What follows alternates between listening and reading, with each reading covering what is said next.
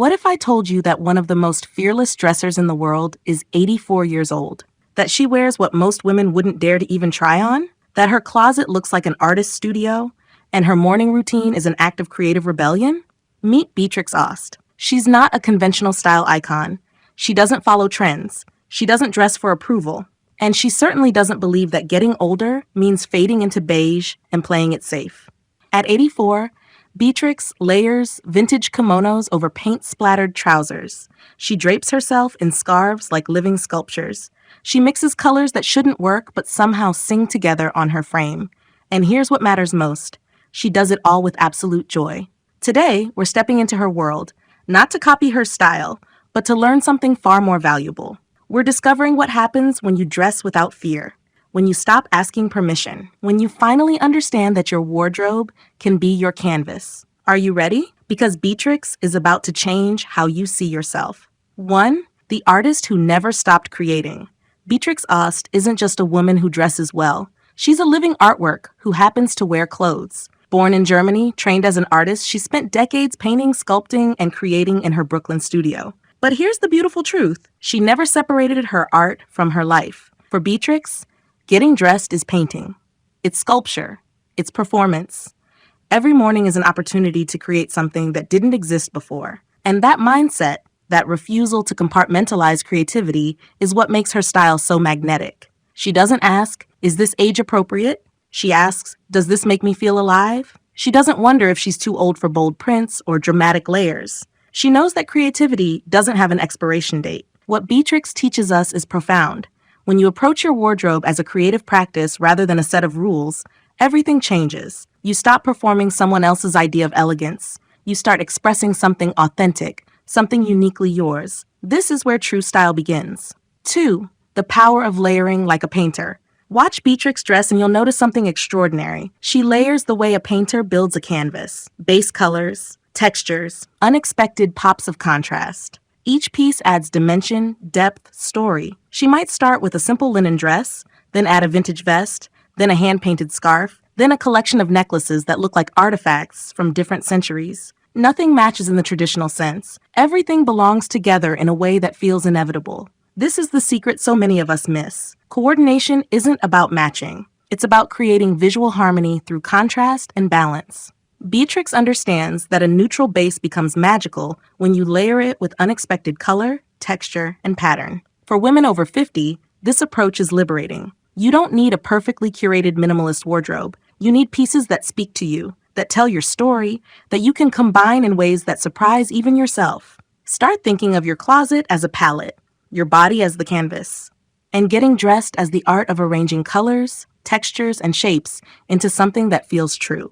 3. Color without apology. Let's talk about what Beatrix does with color, because this is where she truly breaks the rules we've been taught to follow. She wears magenta with orange, turquoise with rust, purple with forest green. She doesn't consult color wheels or worry about what's flattering. She trusts her eye, she trusts her instinct, and most importantly, she trusts that joy matters more than perfection. Here's what happens when you give yourself permission to play with color. You become more visible, not in a desperate look-at-me way, in a confident, this is who I am way. You stop disappearing into safe neutrals and start claiming space in the world. Beatrix proves that wearing bold color after 50 isn't about trying to look younger. It's about refusing to fade. It's about saying, I'm still here. I still have things to say. I still deserve to take up space and be seen. Start small if you need to. Add one unexpected color to your usual palette. A coral scarf with your navy blazer. Mustard shoes with your gray trousers. Notice how it makes you feel.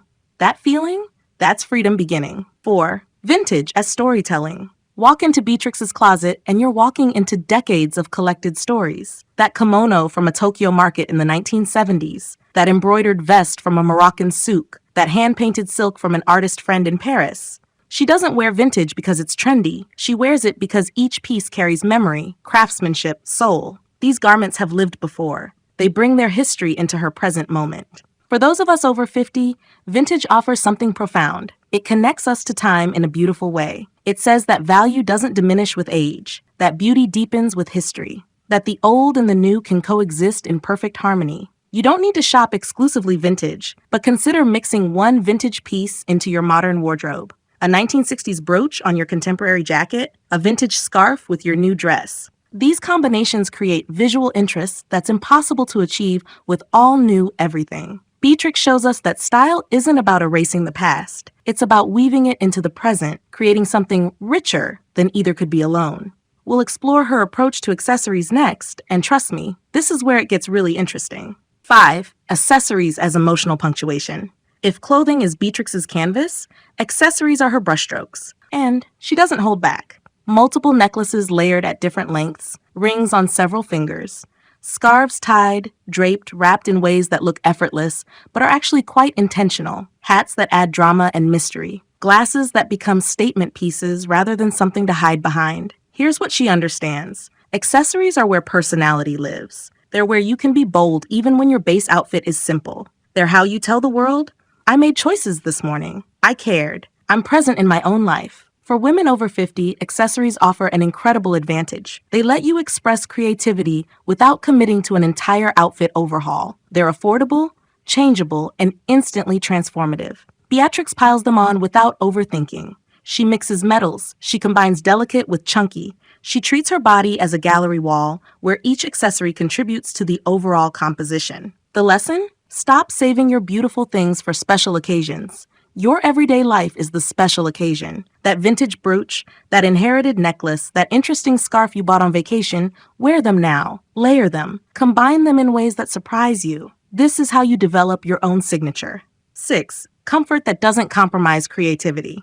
Now let's address the elephant in the room. Looking at Beatrix, you might think her style requires sacrifice. Uncomfortable shoes, restrictive clothing, hours of preparation. The opposite is true. Beatrix wears loose silhouettes, comfortable fabrics, flat shoes or low boots that let her move freely through her studio and life. She's not suffering for fashion. She's found the sweet spot where creativity and comfort meet. Her tunics, wide-leg trousers, flowing dresses, and oversized shirts allow movement, ease, breath. The drama comes from layering, color, texture, and accessories, not from restrictive tailoring or painful shoes.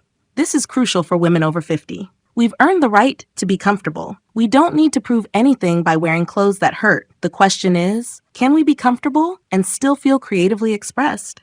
Beatrix answers with a resounding yes. Start looking for pieces that feel good on your body, natural fabrics that breathe, silhouettes that allow movement. Then add your creative elements through layering and accessories. You'll discover that comfort and style aren't opposites. They're partners in the same beautiful dance. 7. The ultimate lesson. Dressing for joy. Here's what Beatrix Ost teaches us above all else. Getting dressed should bring you joy, not stress, not anxiety about whether you're doing it right, not worry about whether others approve.